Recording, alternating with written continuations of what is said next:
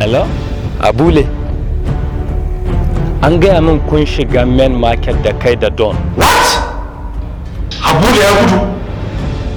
Ha, ba zai yi wa ƙarya ne. Ai mutukar ina garin Abule ba inda zai shi. Me kake so in gaya wa duniya? Me kake so in gaya wa ubangidana? Kuke sa hijabin musulmai? Musulmai da hankalinsu.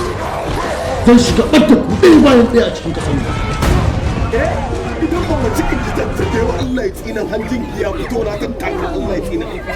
Zauna a nan gurin. Zauna a nan. Da ni da baban ki waye kika fito? Dawo nan. Ni babban ɗan siyasa kuma akwai mutane da nake da takun saka da su. Bala'i da yake faruwa ashe ku ki haddasa wannan. Samu yaro na akan dutsen nikilan Inda Atiku Turaki ya je gina gotel a wurin a wajen zaka same shi.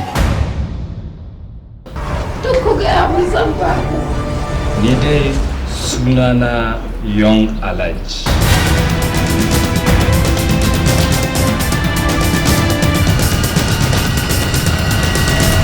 Kai ne farkon wanda muke zargi, wato first suspect wanda muke zargi akan wannan lamari. Dama ba komai yasa na tara ku a nan ba, sai dan na ga cewa kasuwancin da kuke na karuwanci akan layi baya tafiya. Kaga wannan motar? Ban yarda da wannan motar ba. ranka dade.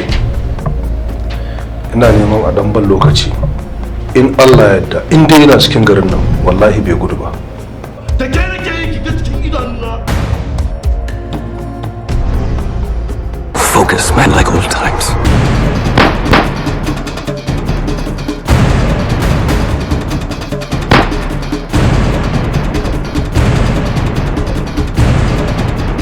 Ka gaya ma yon alaj kajin nan guda ɗaya fa aka ɗauka, guda hudu suna ƙasa. Na so da a ce an karbe su dukkan su da sauran hudu.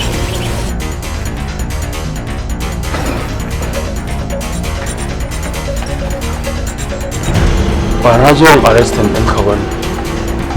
Hukumar 'yan sanda suna buƙatar ka a wannan wajen. Kar ka yadda da ni ma ba zan yadda da kai ba, saboda hasali ma zuciyata da take cikin kirjina ban yadda da ita ba.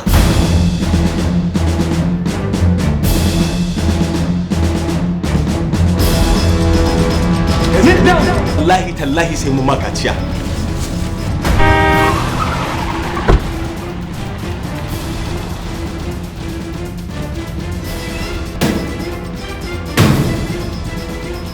A yanzu zan gaya muku abu ɗaya zuwa biyu. Ni ne ko hazara ku sani, ko kuka shiga gari. In ubanku ya cece ku, in bai cece ku ba, san aika ku kiyama.